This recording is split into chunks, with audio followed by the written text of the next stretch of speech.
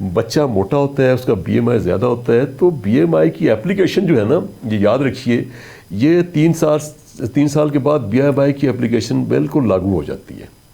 آپ بچے پہ لاگو کر کے رکھیں کہ بھائی اس کا بی ایم آئی آپ نے نارمل رکھنا ہے, اس کی ڈائٹ کے اندر پیٹرن آپ نے اس کا ٹھیک رکھنا ہے, جنک فوڈ سے بچا کے رکھنا ہے. اگر آپ کے بچے پہ گردن کے آس پاس نشان آنا شروع ہو گئے ہیں اور موٹاپا بہت زیادہ بڑھ رہا ہے, اور وہی جو بھی آپ نے بتایا کہ ویڈیو گیمز چل رہی ہیں, بیٹھا ہے, چپس کھا رہا ہے, فرینچ فرائز کھا رہا ہے, کوک پی رہا ہے, تو اب یہ سارے وہ فیکٹرز ہیں جو بذات خود بیماریاں نظر آ رہی ہوتی کہ بیماری ہو رہی ہے. اور یہ پچھلے سر 5-10 سال میں یہ ٹرینڈ کچھ زیادہ شدت پکڑ گیا. اس سے پہلے پھر بھی بچے اسپورٹس میں تھے, لیکن آج کل کے بچے ڈاکٹر صاحب گراؤنڈس تو خیر خالی ہو گئیں, گراؤنڈس خالی ہو گئی ہیں, اور اب بس بچے وہیں بیٹھے رہتے ہیں گھر کے اندر, اور کوئی فزیکل ایکٹیویٹی نہیں ہے. میں بہت سے اپنی کلینکل پریکٹس کے اندر جو بھی پیشنٹس آتے ہیں انہیں ریکویسٹ کرتا ہوں کہ آپ انڈور گیمز جیسے ٹیبل ٹینس ہے, وہ اتنی سی جگہ ہو تو ٹیبل ٹینس آپ کھیل سکتے ہیں, یا چھوٹا سا جم اپنے لیے ارینج کریں, یا ٹریڈ مل ارینج کر لیجئے, یا جو وہ ایکسرسائز بائسیکل ہوتی ہے وہ آپ ارینج کر کے رکھیے, یا اپنی گاڑی کم از کم خود دھویا کریں, بچوں کو ساتھ لگا کے گھر کے چھوٹے چھوٹے کام کاج ہیں ان کے اندر بچوں کو انوالو کریں. ڈاکٹر صاحب ایک چادر ہے نا, آپ اس کو کھولیں اور جھاڑ کے طے کر کے رکھیے, 10 چادریں کریں, آپ کو پسینہ نکل جائے گا آپ کا.